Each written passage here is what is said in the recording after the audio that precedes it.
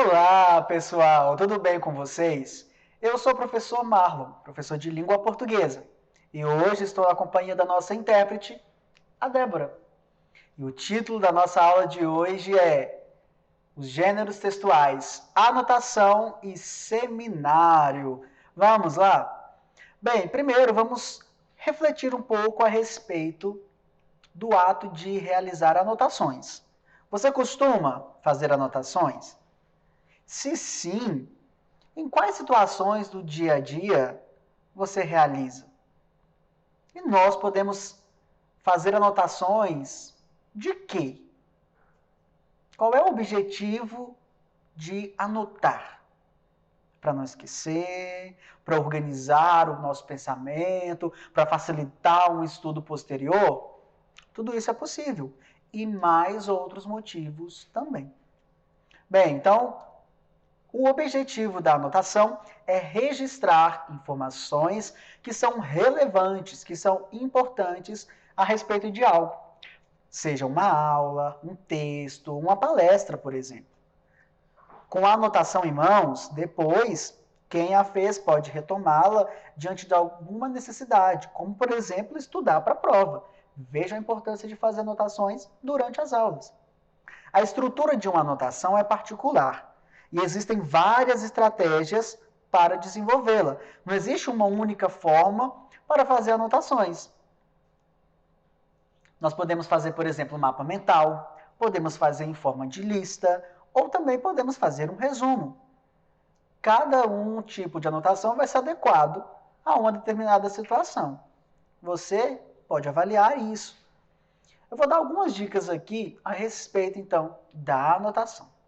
Veja só, ao realizar anotações, considere as seguintes questões. Primeiro, qual é o meu objetivo com essas anotações? Qual é a minha finalidade? Essas anotações serão pessoais, ou seja, serão só para mim, ou eu irei compartilhá-las com alguém? O que parece mais importante do que eu estou ouvindo ou lendo para anotar? Então, eu preciso ser sintético e objetivo nesse momento. Outra dica: registre os termos específicos no caderno para favorecer a anotação. Então, se você está assistindo a uma aula e o professor está trazendo alguns conceitos, é importante você anotar esses conceitos. É uma anotação. Tente anotar o que você compreendeu do que foi exposto, ao invés de apenas copiar na íntegra. Bem, agora eu vou te convidar a assistir um trecho de uma videoaula de Ciências da Natureza, que tem como título de qual é a diferença entre clima e tempo. Depois nós assistimos a esse trecho, vou apresentar a você duas formas diferentes de fazer anotações. Então, preste muita atenção para você acompanhar isso comigo, ok? Então, vamos lá! Oi, oi, oi! Tudo bem com você? Eu sou a professora Mariana, estamos acompanhados também pelo nosso intérprete de Libras, Vinícius, para a videoaula de hoje de Ciências da Natureza, voltada para os estudantes do 8º ano do ensino fundamental. O título da nossa aula é o seguinte: qual é a diferença entre o clima e o tempo? Vamos lá? Estudaremos sobre os conceitos de tempo e de clima. Estabeleceremos as relações entre esses dois conceitos. Estudaremos também sobre os fatores que interferem no tempo e no clima. Finalizando, conversando um pouco sobre o tempo e clima na cidade de Goiânia, que é onde nós estamos. Já aconteceu com você de puxar assunto com alguém, por exemplo, ao esperar um ônibus? A pessoa olha para o céu e fala, ai, que sol quente. O outro, nossa, é mesmo. Já aconteceu com você? Ou, por exemplo, no elevador, esperando o elevador, ou passando de andar em andar, alguém comentar, nossa, será que chove? É muito comum esse tipo de conversa quando nós estamos puxando papo, entre aspas. Quando nós estamos falando sobre essas condições atmosféricas num determinado momento, Então, quando eu olho lá para o termômetro e vejo uma determinada temperatura, eu estou falando sobre o tempo. O tempo, ele pode mudar no mesmo dia, ou até mesmo no mesmo horário. Pode ser que agora esteja chovendo e daqui 10 minutos não. Então, quando isso acontece, nós estamos falando sobre o tempo. O tempo, então, é variável. Ao longo de um único dia, de uma única semana, ele pode variar bastante. A ciência responsável pelo estudo do tempo é chamada de meteorologia. Essa palavra que eu estou apontando com a seta.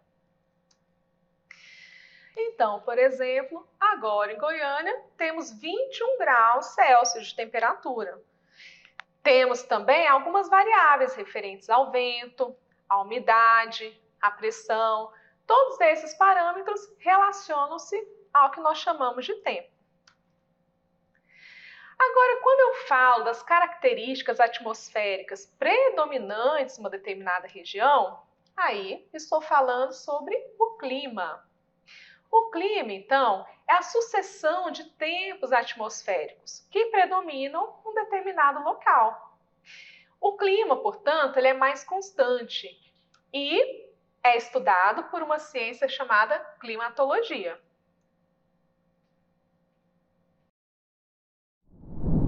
Uau, a professora Mariana Araguaia arrasa mesmo, né?